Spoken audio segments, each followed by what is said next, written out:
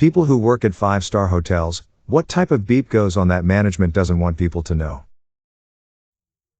I don't work in one anymore, but used to. This isn't really shenanigans, but the staff is not nearly so impressed by famous or rich people as some of them seem to think we should be. It was a fancy hotel. We had rich and famous guests all the time. And it was usually the ones nowhere near the top of the ladder who tried to be the most imperious and expected the most deference. If you have to try to convince us you're high status, you aren't. We'd provide polite, professional service for all our guests and try to be helpful and accommodating, but being a C-list actor or whatever isn't going to get you a table in a full restaurant or an upgrade to the already occupied fancier suites. And if there's a severe blizzard and the airport is closed, we can't open it for you because you're too special to have to wait to fly out. Even if you're a very important businessman. Lots of prostitution and all the drama/legal trouble that goes along with it. Corporate functions like conventions, parties, etc., where there's an open bar almost always leads to something beep up happening. One hotel I worked at hosted a Christmas party for an investment firm, and two guys started jockeying for the affections of a female coworker. They all wound up on an elevator together and the guys started fighting. The elevator went into safety lockdown. We had to call the PD and the FD. One guy went in a squad car, one guy went in an ambulance. We had to give the woman some clothes from Lost and Found because his dress was covered in blood and the elevator was out of service for 6 hours to clean it up. There's always a ton of back-of-house drama, too. Especially among the execs and the junior managers. Affairs, backstabbing, a little light fraud. You know, the usual. As part of our training as bellmen, we are to ask open-ended questions to the children to make sure they aren't being used for sex trafficking when bringing in luggage to dad and daughter types. My dad works in security in the same hotel, so he often gives me a heads up if the guest with the child is already under suspicion regarding their behavior at the front desk for check-in. It rarely happens, but hotels are the breeding grounds for sex traffickers. We don't want you to know that the people who stayed in the room before you were beep nasty. Housekeeping gets the brunt of it. I've seen them carry out bags of used sex toys, peel used condoms off of every surface, and scrub beep. Actual human, presumably, beep. Off places there's no reason for human beep to be. The worst, though, was the couple that wanted a home birth but not, at home, because gross. We had to deal with that hazmat situation. Beep them as hard as we could with penalties and fees, though. I used to work events at hotels, and one time we had a guest break their wine glass inside a water refill barrel. I left work for 2 weeks to go on vacation, and when I came back, all the glass was still piled inside the water refill barrel. People must have been drinking out of it because there were events booked while I was gone. Let those balls of butter come pre-made, frozen in a plastic tub. Coke. Lots of Coke. I wrote travel guides to places in the Middle East, Dubai, Qatar, Bahrain, Oman, etc., and have stayed in lots of 5-star hotels around the world for work.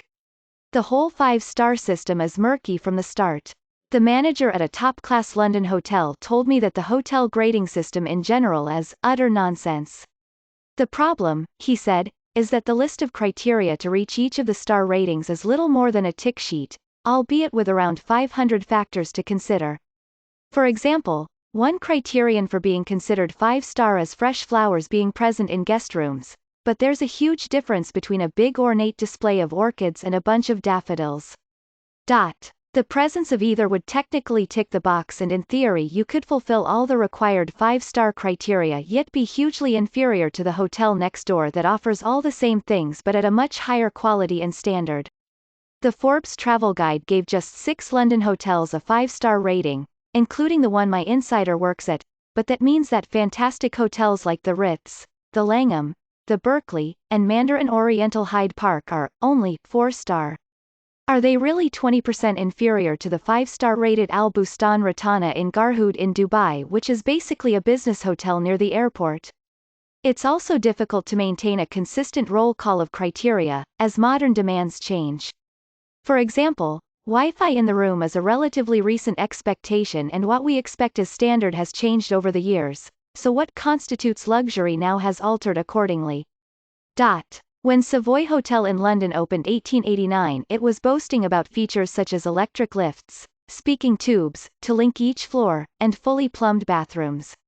Now though, in the era of internet, crowdsourcing is often the most reliable way to judge somewhere. When hundreds of people on sites like TripAdvisor say a place is overpriced and terrible, then it doesn't matter what the official book says. And if a one-star hotel gets nothing but praise from 90% of the people commenting?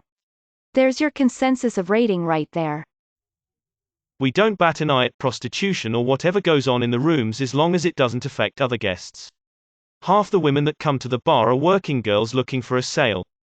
The only thing that the hotel industry ever really reports is human trafficking. There are telltale signs, and if something doesn't add up, we do report it to local authorities. I don't know about all 5 hotels, but I'm sure this happens at most of them. Front desk, reservation staff will basically stalk you online if you're a notable VIP, and your picture will be shared internally to ensure everyone recognizes you, so you feel special when you arrive and everyone already knows who you are. The sheer audacity of the secret Uno tournaments that go down in the basement.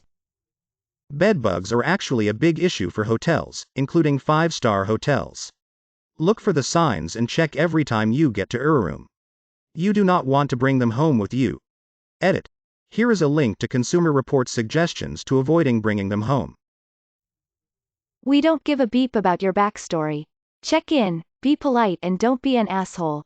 We want you to have a good time and a good stay, but we don't need to hear about everything that's going on in your life. We don't care. There are celebrity guests and rich people. Please don't bother them. They are only going to return if you don't bother them. They are here for a reason. The reason in most cases is to be left alone. If you book direct and not through a third party, every online site, I can do a lot for you as far as rates and comps. If you book third party, I really can't do beep for you other than give you a room. I can give you the same rate as a third party if you book direct, and there's a lot more perks. Most higher-end clients book direct. We have them on file, we know them, we have their credit cards on file, and we go out of the way for them. If you book third party, we flag you. We try and keep the restaurants and housekeeping up to above board standards, but sometimes we shortcut because you're being a dick at the front desk and rushing us through everything. I was a valet in college at a very swanky resort. The members had a certain sticker on their car, and the owners, partners, have a black sticker, which I had no clue, but knew they belonged. When a guy pulled up in a very nice Benz, I said, "Welcome back," not knowing his name. He was so pissed that I didn't know who he was. He was an ass to me, but I couldn't care less. Moments later, another younger guy pulled up to valet and asked me what the guy said to me. I hesitantly said he was mad I had no idea who he was. The young guy looked disappointed and said, "That's my father and he is in a dollar hole, don't worry about him at all." Then he gave me $20 to park his car and was extremely nice to every employee who ever interacted with him. What goes on the room next to you? This week we do evict and have arrested a couple for causing over $15,000 in damages to a room. This was done quietly late at night and the nearby rooms never found out. Worked at the high-end restaurant at a ski resort that hosts a famous film festival. Lots of sex in the walk-in coolers, but never the people you'd want to walk in on. I had a pretty good experience at one. I worked at a 5-star hotel for 3 years. Actually had a great time there, and the employees genuinely cared about the service they gave. Management was great, and it really felt like a massive family. I still keep in contact with some of the employees years later. I think I was just fortunate. Realize. This thread makes me want to invest in an RV. May your day be filled with joy and happiness. And please remember to like, share, and subscribe for more quality content every day.